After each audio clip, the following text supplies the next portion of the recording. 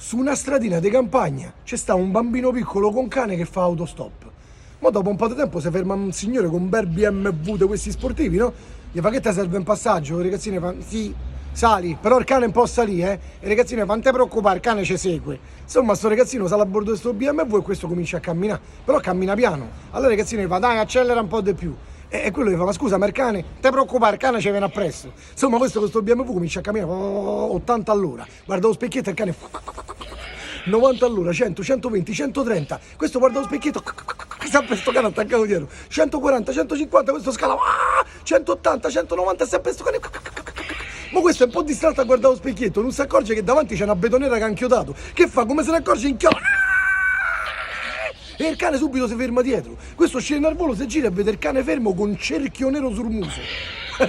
Se guarda i ragazzini fa: oh, ma che è quel cerchio nero che c'ha sul muso? E i ragazzini fa: no, non ti preoccupare, è il bucio del culo perché ne è abituato a ste frenate.